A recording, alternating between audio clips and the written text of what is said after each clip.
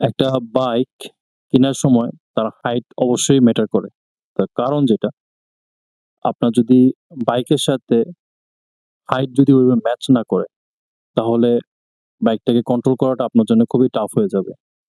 So আজকের ভিডিওটা বানানোর পেছনে আমার উদ্দেশ্য এটাই যে, আপনি যখন একটা বাইক কিনবেন, কেনার সময় অবশ্যই আপনাকে যাচাই করে দেখতে হবে যে গ্রাউন্ড ক্লিয়ারেন্স ওইটার সাথে আপনার হাইট যাচ্ছে কিনা। আপনার ২ টা পা মাটির সাথে সঠিকভাবে আসতেছে কিনা এবং আপনি শুধু তাই না, সিটে বসে আপনাকে দেখতে হবে যে আপনি কমফোর্টেবলি বসতে পারতেছেন কিনা এবং ওই কমফোর্টেবলি বসা অবস্থায় আপনার ২ টি পা মাটির সাথে আসতেছে কিনা।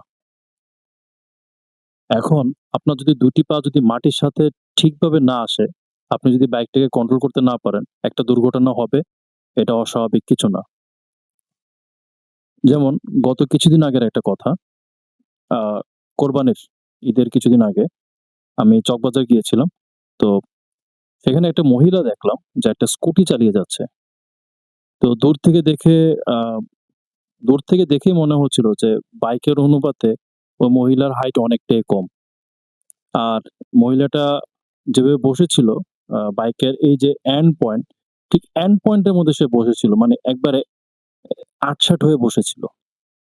তো দেখে আমার কাছে মনে হলো যে আসলে মহিলাটার হাইট অনুপাতে বাইকের হাইটটা অনেক বেশি হয়ে গেছে। মহিলা অনুপাতে ওই বাইকের আ যেই ডাইমেনশন দেখলাম, ওই ডাইমেনশনটা মহিলার অনুপাতে অনেকটাই বেশি হয়ে গেছে।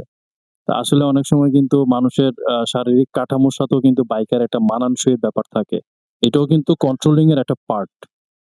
তো আপনার কারণ আপনার যদি আ মানে হাইট যদি সেরকম না থাকে, ২ টা আমরা যখন বাইক চালাই কখনো ১ পা, কখনো ২ পাও কিন্তু মাটির সাথে রাখতে হয়। তো যারাই বাইক কিনবেন, স্কুটি কিনেন বা এই ধরনের বাইক কিনেন, আগে নিজের হাইটটা খেয়াল করবেন। হাইট অনুপাতে বাইকটাকে কিনবেন। তো হাইটটা একটা ম্যাটার করে। সো যারাই বাইক কিনবেন, আপনার হাইট অনুপাতে আপনার কমফোর্টটাকে যাচাই করে তারপরে বাইকটাকে কিনবেন। তাহলে এতে করে আপনার কমফোর্টও ঠিক থাকবে, আপনার রোডের সেফটিটাও ঠিক থাকবে। আপনার কাছে সবকিছুই মানে ব্যালেন্সিং লাগবে। সো ব্যালেন্সিং এর জন্যে অবশ্যই হাইটের একটা গুরুত্ব আছে। সো টিল দেন আল্লাহ হাফেজ।